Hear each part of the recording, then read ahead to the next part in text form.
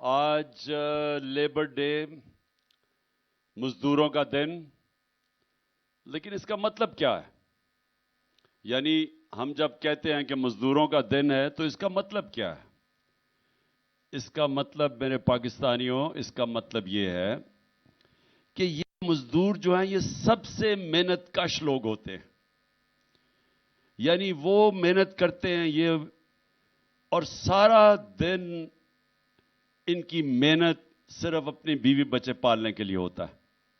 یہ وہ لوگ ہیں جن کے اوپر ملک چلتے ہیں کیونکہ ان کی مزدوری کے اوپر، اور یہ مشکل کام کرتے ہیں. ہم تو جو آفیسز کے اندر بیٹھ کے کام کرتے ہیں، ایئر کنڈیشن ہے، یہ گرمی کے اندر چاہے وہ سڑکوں پہ کام کر رہے ہیں، یہ فیکٹریوں میں کام کر رہے ہیں. تو یہ اس لیے ہم دن بناتے ہیں کہ ہم ساری قوم یہ بتائے ان کو کہ ہمیں احساس ہے، ہم نے اپنے محنت کش لوگوں کا احساس ہے. ہم اس لیے جس طرح ہم مدرس ڈے بناتے ہیں، یہ حالانکہ باہر زیادہ ہوتا ہے کیونکہ وہ تو اور ماں کا اتنا رتبہ نہیں ہے، لیکن مسلمانوں کے لیے تو ماں کا بہت رتبہ ہے. تو ہم اس لیے بناتے ہیں کہ ماں کتنی قربانیاں دیتی ہے اپنے بچوں کے لیے. یعنی وہ پڑھاتی ہے بچوں کو، وہ ان کی بیمار ہوتے ہیں تو تب ان کی خیال کرتی ہے، ان کو صبح تیار کرتی ہے، اسکول میں بھیجتی ہے. یعنی کیا نہیں کرتی ماں. تو اس لیے ہم ایک ایسا دن چاہتے ہیں کہ ہم سارے اپنی ماں کو اپریشیٹ کریں کہ ماں انہیں کتنی قربانیاں دیتی ہے ہماری طرح. اسی طرح آج لیبر ڈے ہے.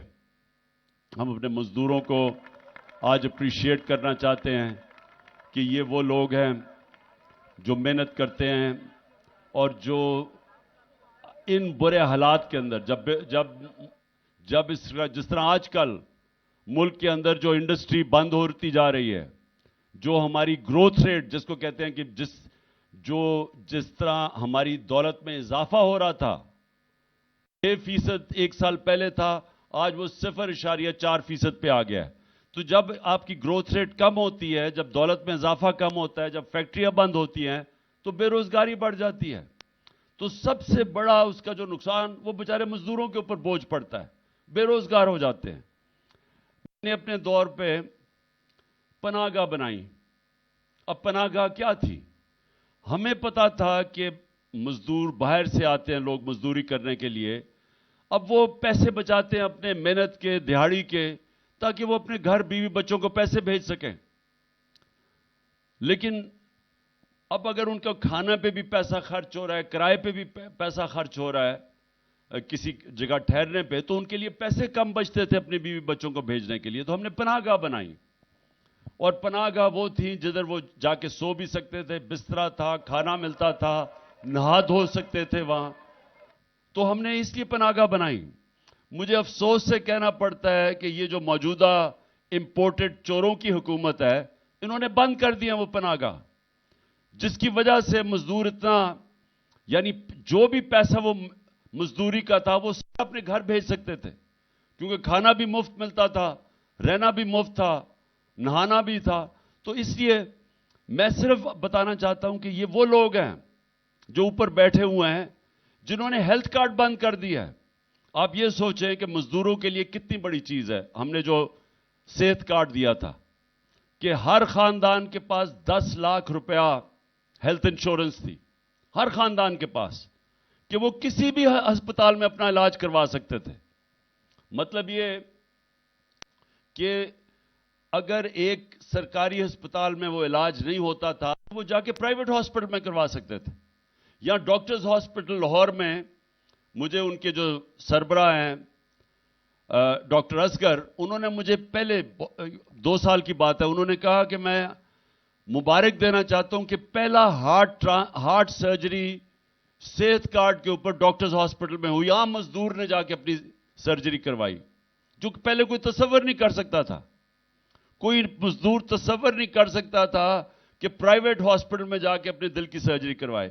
تو ہماری ہیلتھ انشورنس کی وجہ سے اس نے جا کے مفت اپنی سرجری کروائی ایک پرائیویٹ ہاسپٹل میں. آج پختونخوا میں تو بند کر دیا صحت کارڈ انہوں نے، اس حکومت نے. اور دوسرا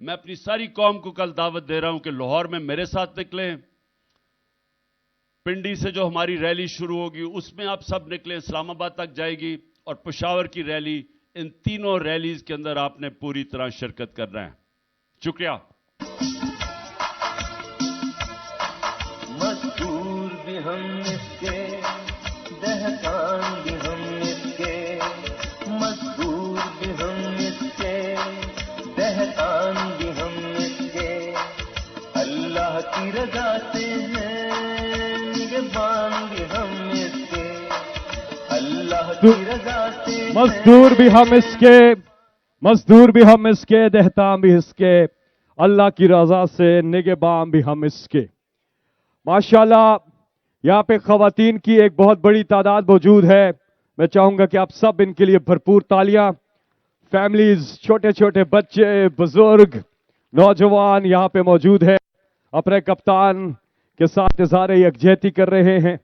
اور ایک نعرہ ہم لگائیں گے، پاکستان کے مزدور، پاکستان کے مزدور، اور آئین بچاؤ ملک بچاؤ. آئین بچاؤ، آئین بچاؤ، آئین بچاؤ، آئین بچاؤ.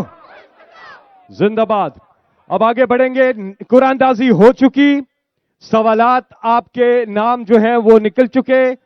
آپ کریں گے یہ کہ خواتین کی سائٹ سے جو سوال ہیں وہ یک کے بعد دیگرے ہم لیں گے، تینوں سوال، اور عمران خان صاحب پھر آپ کو کمبائن جواب دیں گے، اور پھر ہم جینٹس کے سوالات بھی لیں گے.